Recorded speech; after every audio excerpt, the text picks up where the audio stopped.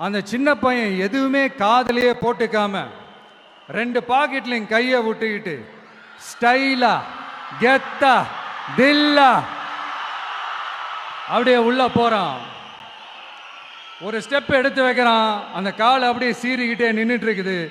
இன்னொரு ஸ்டெப் எடுத்து வைக்கிறான், கால் அப்படியே சீறிக்கிட்டே முன்னாடி வருது. மக்கள் எல்லாரும் பதட்டத்தோடு அப்படியே பார்த்துட்டு இருக்கிறாங்க. இன்னொரு ஸ்டெப் எடுத்து வைக்கிறான், கால் அப்படியே முட்டை வரும்போது பாக்கெட்டுக்குள்ள மறைச்சி வச்சிருந்த 2 புல்லுக்கட்டு அது அந்த காலை கிட்ட காட்டுறான். காலை அப்படியே சடனா வந்து நின்று அது மூடெல்லாம் மாறி அந்த புல்லுக்கட்டை சாப்பிட ஆரம்பிச்சிருச்சு. அந்த சின்ன பையனும் அந்த காலை அப்படியே தடவிக்கிட்டே வரான். காளையும் பக்கத்தில் ஒரு குழந்தை மாதிரி நடந்து வந்துக்கிட்டு வருது. பக்கத்தில் இருந்த ஒரு வயல்வெளியில் அந்த காளையை மேய விட்டுட்டு வரான். மக்கள் எல்லாரும் அந்த பையனை ஆச்சரியமாக பார்க்குறாங்க. அந்த அடிபட்டு கிடந்த அந்த அனுபவசாலிங்க தலையை தொங்க போட்டு நின்றுட்டு இருக்கிறாங்க. ஏன்னா பேசின பேச்சு அப்படி. ஹாய்ண்ணா ஜூலி, இப்போதான் உங்களுடைய வேலூர் பரப்புரை பார்த்தேன்.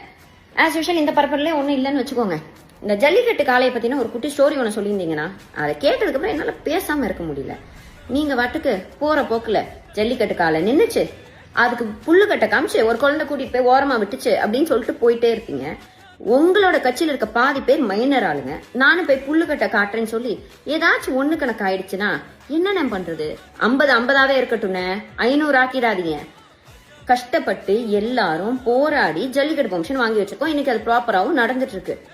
உங்களுடைய ரசிகர்கள் போய் புல்லுக்கட்டை காமிச்சு ஏதாச்சும் ஆகி போச்சுன்னா திரும்பி எல்லாம் இங்க போராட யாருக்கும் திராணி இல்லைன்னு. கொஞ்சம் பார்த்து பக்குவமா பண்ணுன. உன் இஷ்டத்துக்கு பேசிட்டு போயிடாதானே.